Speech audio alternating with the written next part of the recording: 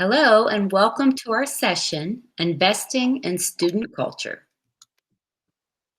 My name is Julie Weyandt, and I will be co-facilitating this session with Candi Hazelwood and Colleen Kornish. We are consultants at the State Support Team 9.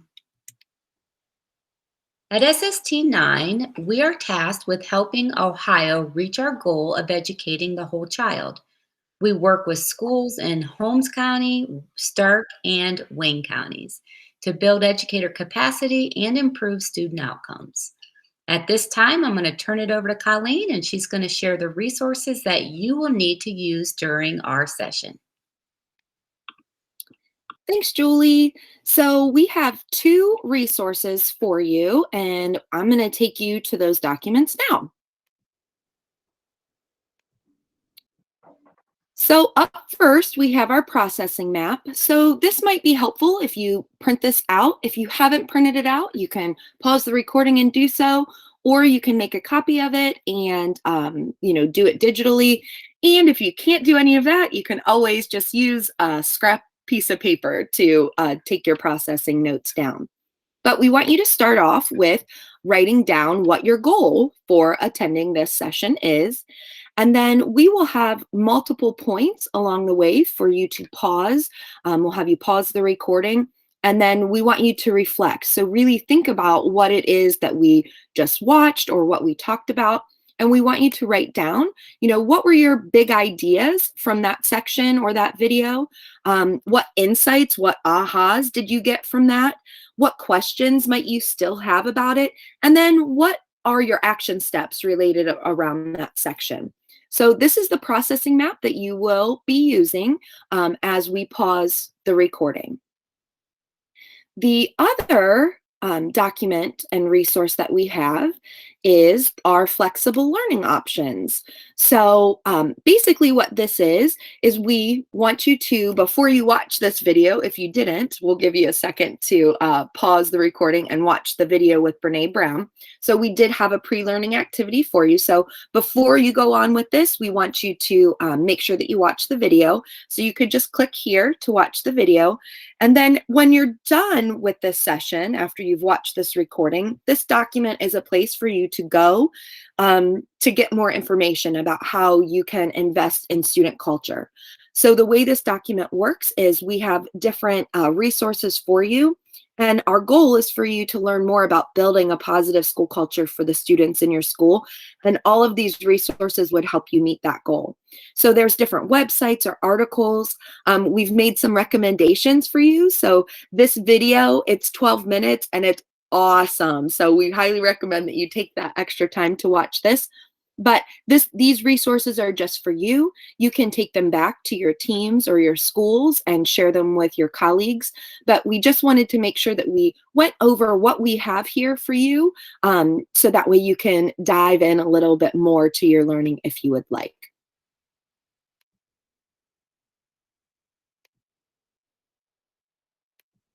Okay, so there's our resources. And up next, this is the point where we want you to pause if you were not able to watch the Brene Brown video yet. This is a 33-minute video, but this does time. We factor this into your contact hours for this session. So we do need you to pause the recording and watch this 33-minute video now if you haven't. The session that we're doing won't make a ton of sense if you haven't watched this video. So pause it now and we'll see you back if you haven't watched it. And if you've already watched it, you can just go on along with us as we continue our session.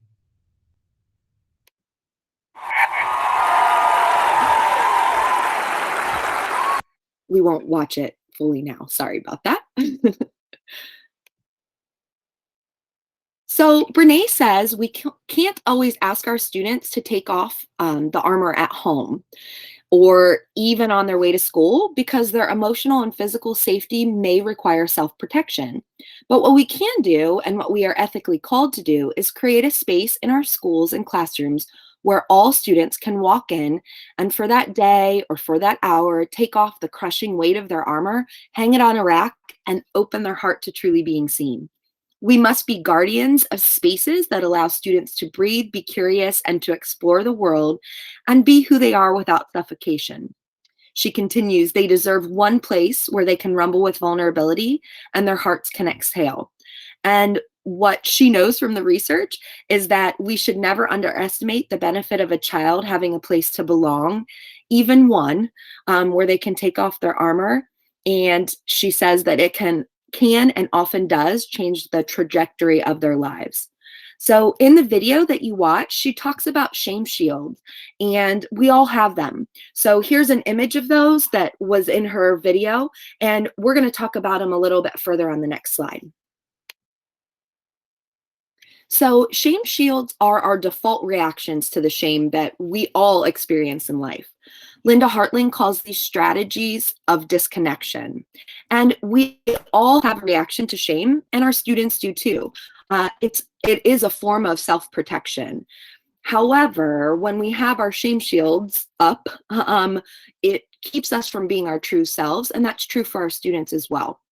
So in order to be resilient toward shame, we need to recognize shame and its triggers, practice critical awareness, reach out to others, and we need to start talking about shame. And our students move through these shame shields too, and we need to teach them those 4 resiliency strategies that I just talked about. So again, on the screen, you'll see the 3 different types of shame shields. And some of you and some of your students may have all of them, or depending on the situation, you may react differently. But these are what, in Brene's research, she's found. We have the moving away. So when you're faced with a shame experience, you withdraw or you hide or you shut down or you keep secrets. If your shame shield is moving toward, you seek to appease and please whoever is shaming you. And you could also have a shame shield of moving against. So that means that you try to gain power over the person who is shaming you by being aggressive and by using shame to fight shame.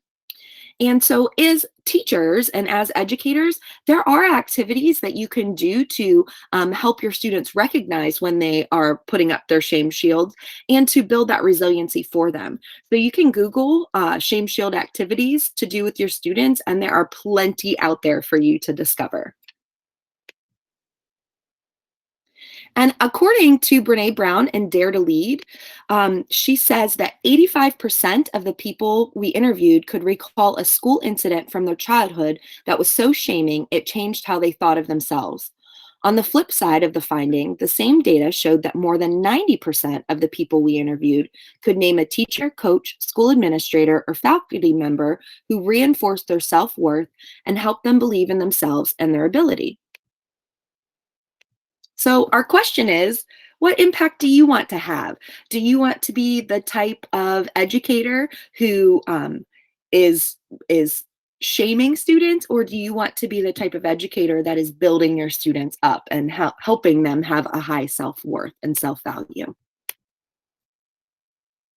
So at this time, we want you to pause and reflect. We want you to process what you saw in the video with Brene, the 33 minutes, and we want you to kind of think about shame in schools. So please add your thoughts to the processing map that we have provided. And again, if you don't have a digital copy or a hard copy, you can just write down your thoughts on a blank sheet of paper. And when you're done with that processing time, go ahead and start the recording back up. Thank you, Colleen. Here's one of my favorite quotes from Rita Pearson, who has been a professional educator since 1972. And she says, kids don't learn from people they don't like. Love that quote. Colleen, what do you think about that quote? So I love this quote, and I know you do as well, because this was something that when we were co-principals together and running a building, we actually used this quote in interviews when we were interviewing teachers.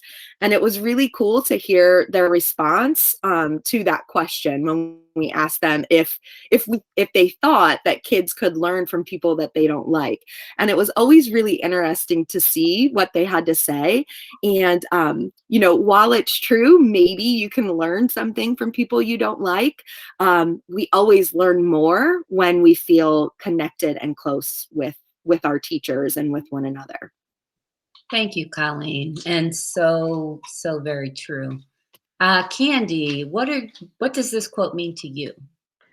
Thanks, Julie. Great example, Colleen. So Rita Pearson has such a great way of telling it like it is. I love watching her YouTube examples of all that she's done in the classroom. And she's right on. There's so much research now on how important relationships are and kids needing to feel that sense of belonging. And if kids don't like the teacher, it's often because they don't feel liked or part of the classroom themselves. So it just speaks volumes when what she's saying here and what can be observed by how kids feel. Thank you, Candi. Such a powerful quote. So, what does the research tell us about the importance of building positive relationships? Professor John Hattie is a current researcher in education today, and he has conducted over 15 years of research around what he's identified what works best in education, but he's also identified practices that are harmful for our students. So, according to Hattie, an effect size of zero point 0.4 equals 1 year's worth of growth, and anything over a 0.4 equals more than a year's growth. So, teacher-student relationships has a 0.52 effect size, which is over a year's worth of growth, and students feeling disliked at school has a negative 0.19 effect size. So I'm not sure about you, but I thought that the teacher-student relationship would have had an even higher effect size than 0.52. So I actually had an opportunity to attend one of John Hattie's trainings, and so we asked him why this one in particular had a lower than expected effect size. And he explained to us that teacher-student relationships is one of the most researched topics in education today. And since he uses what's called a meta-analysis, which really combines the results of multiple studies together, there were a lot of studies on this topic that he analyzed for his particular research. So combining all of these studies on teacher-student relationships statistically reduced this particular effect size. However, even with that being said, it still came out above a year's worth of growth. So if you're interested in Hattie's list, you can access it from the link on this slide. But the bottom line is this: building positive teacher-student relationships is critical for student success in schools. So at this time, we would like you to pause the recording and reflect on this section. So please add your thoughts on the processing map that was provided to you in our resources.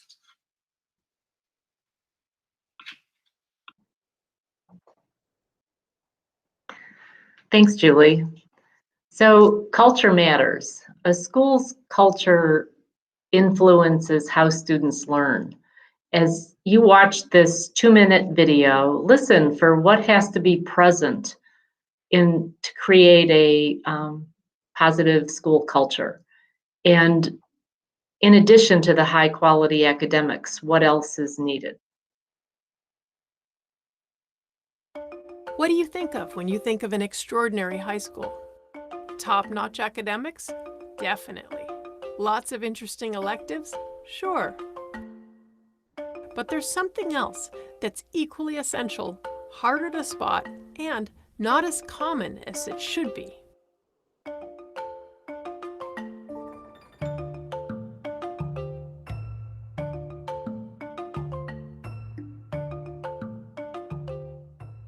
Schools need to be places where kids feel positive and safe.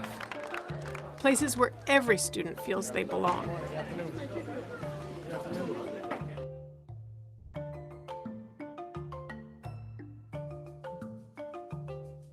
Schools with positive culture have strong policies that address bullying, inclusion, and diversity. But policies aren't enough. The best test of a school's culture is to talk to the students. The community, it's very diverse. You have different cultures and different types of traditions and stuff, but altogether it's a nice community because people here are respectful and, you know, they're very nice to each other. You also want to see how they act. Students look happy and at home. They're comfortable voicing their ideas. Find more than one people, like all the migrants together, is more powerful than just one person making a change. In a school with a positive culture, you see the celebration and acceptance of all kinds of students. Whether an academic enthusiast, an athlete, an artist, whatever culture, gender, or personality, there's an acceptance and appreciation of everyone.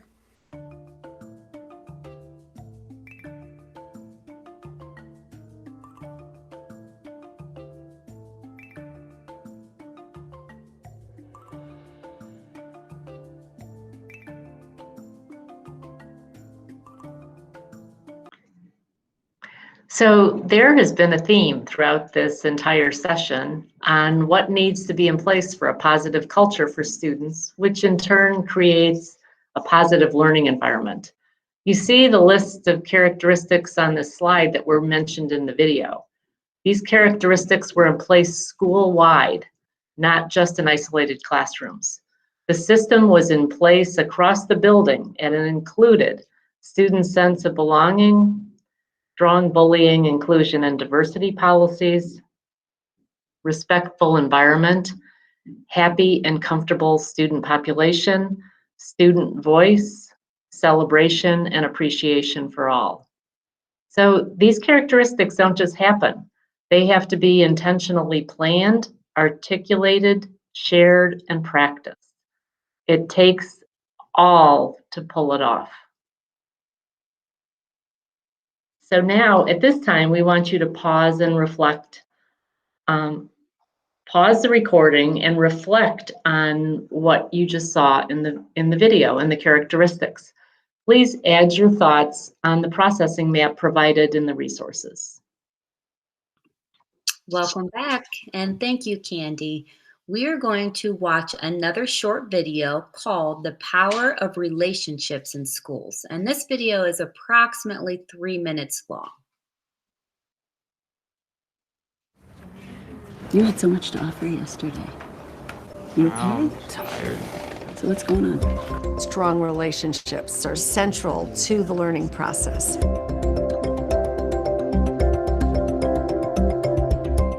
What the science of learning and development tells us is that we need to create learning environments which allow for strong long-term relationships for children to become attached to school and to the adults and other children in it.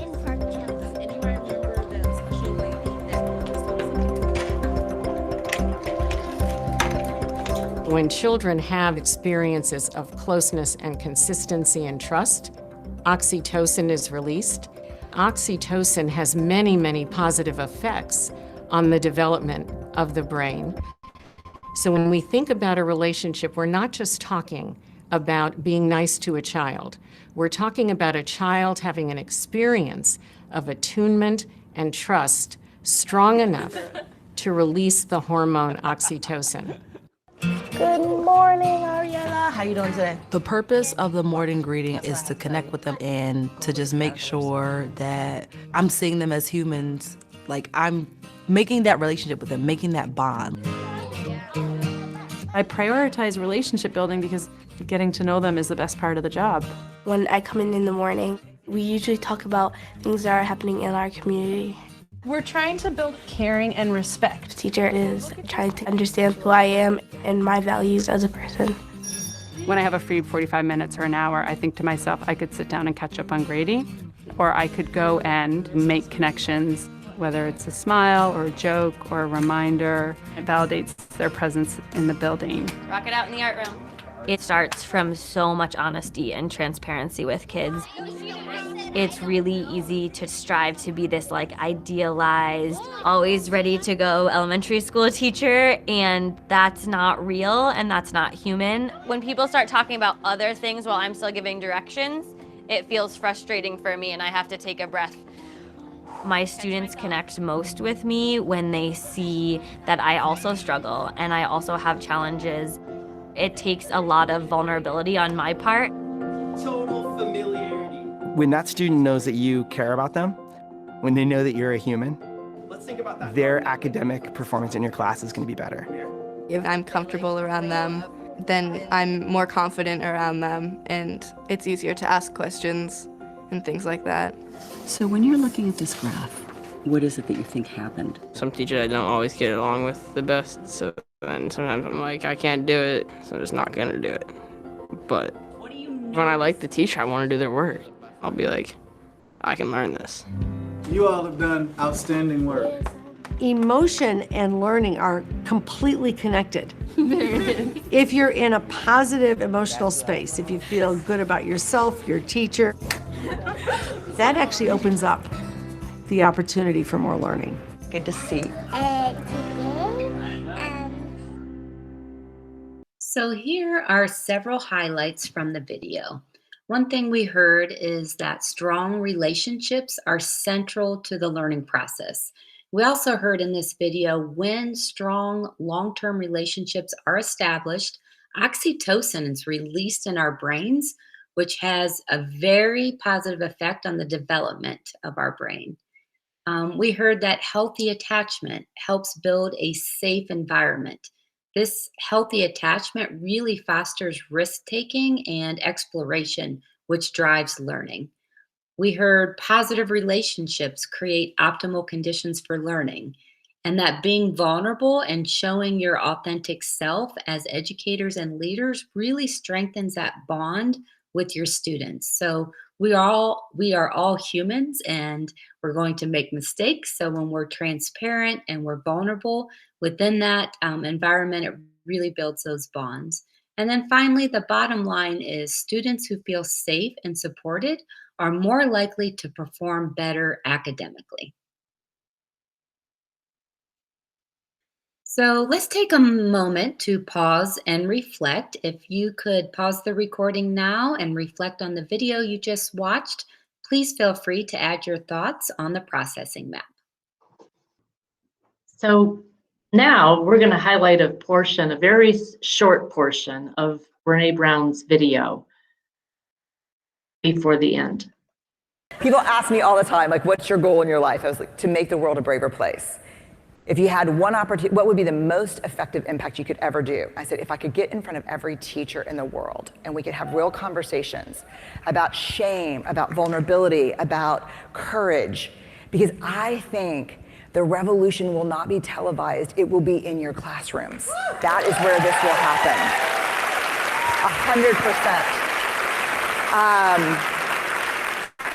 100%. You are working on the hardest edges of love. And my invitation to you is there's a lot of hate out there right now, yes or no? My invitation to myself as well, because I'm not good at this right now, is every time you hear something hateful or someone's talking about hate, try to switch out the word for pain. Try to think about pain. This is only going to change with you. I wouldn't pull parents in to do this. I would pull teachers, because this is where we can do it. And I'll just stop now and say thank you for inviting me, and thank you from the bottom of my heart for waking up every day and making the choice to be brave with your lives. It makes a bigger difference than you will ever know. So thank y'all. What a powerful way for Brene to end this talk. She's basically saying that we wield a lot of power as educators in impacting our students' futures. It's so important. It is, we can hear it again too, Colleen, that's okay. It is so important, and she just says it in such a great way that makes it very clear that we can do this. So, the revolution starts with you. Make it happen. So at this time, again, we're going to pause and reflect on this recording. If you haven't added your action steps, please do so now. You know, how will you start the revolution in your classroom? Please add your thoughts on the process map provided in the resources.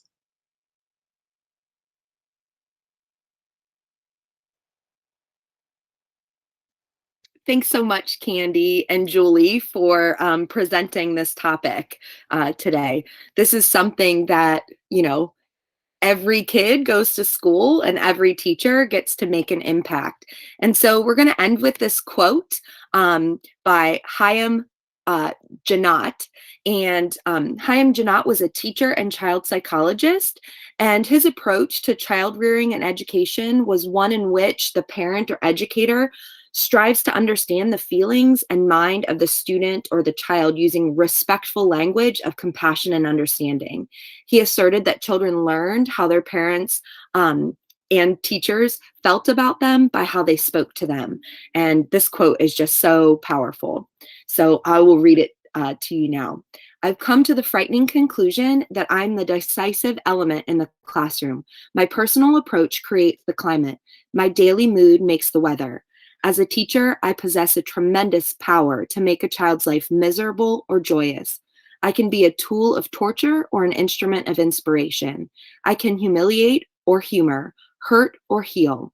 In all situations, it is my response that decides whether a crisis will be escalated or de-escalated, and a child humanized or dehumanized. And it's just so powerful. So again, this just highlights the impact that you have as teachers. So thank you for doing what you do and for making a difference for your students.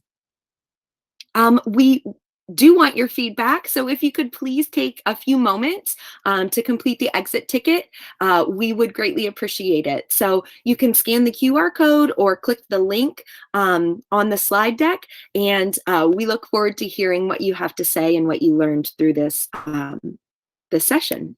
And thank you so much. We appreciate you. Thank you for working so hard for your colleagues and your students, and you are much appreciated. Please let us know if you have any questions. Thanks.